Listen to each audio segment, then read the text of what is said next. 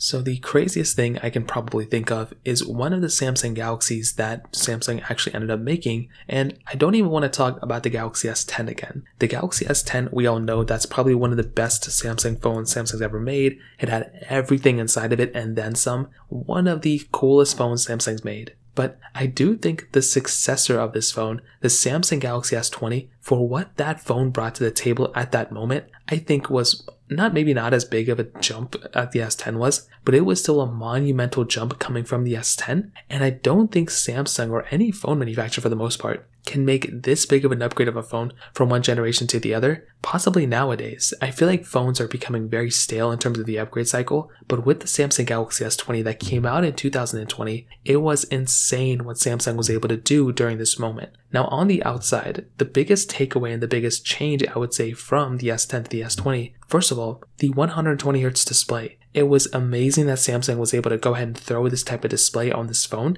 and it was probably one of the best panels we've ever seen Samsung probably make. It's a 1440p 6.2-inch dynamic AMOLED display, 120Hz, looks beautiful, hole punch display right in the center of that display, and it looks amazing. Still one of the highlights of this phone, and that was one of the biggest changes coming from the Galaxy S10 to the Galaxy S20 was that newer type of display. On top of that, micro SD card slot on this phone. And that in and of itself is an amazing thing to keep on your device. The fact that we had that micro SD card slot, they removed the headphone jack, but the fact that we had that micro SD card slot on this device was beautiful. And that was another big asset going for this phone. And that was something that I loved Samsung for when they did this on this phone. That was amazing. Now, they did something else very incredible for this phone, which again, they haven't really deviated from since then. And that's actually with the camera on the back, 8K capability. Now, I think 8K even still 3 years later is very overkill. I don't know if the average person is going to be using 8K on their phone, but you have to keep in mind in the back of your head that that was an amazing feature that Samsung threw into this specific device. We actually did have some sort of 8K video option that we had on our Galaxy S20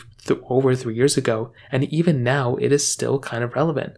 iPhones still cannot shoot an 8K video, Pixels can still not shoot an 8K video. There's only a few select versions of devices that can actually film in this type of resolution. So that is something that's incredible, and again, that in and of itself is one of my most favorite things going on for this device at the end of the day. So clearly the Galaxy S20, in my opinion, is one of the best phones Samsung's made, and I don't think there will ever be another Galaxy that Samsung makes that was this big of an impact that's not the Galaxy S10. So that pretty much covers it up. If you have any other thoughts or questions, let me know in the comment section below. Hit the like button, that would mean so much, but definitely hit that subscribe button. More importantly than everything else, I love every single one of you guys. Hopefully I'll catch you guys in the next video. Peace out till then.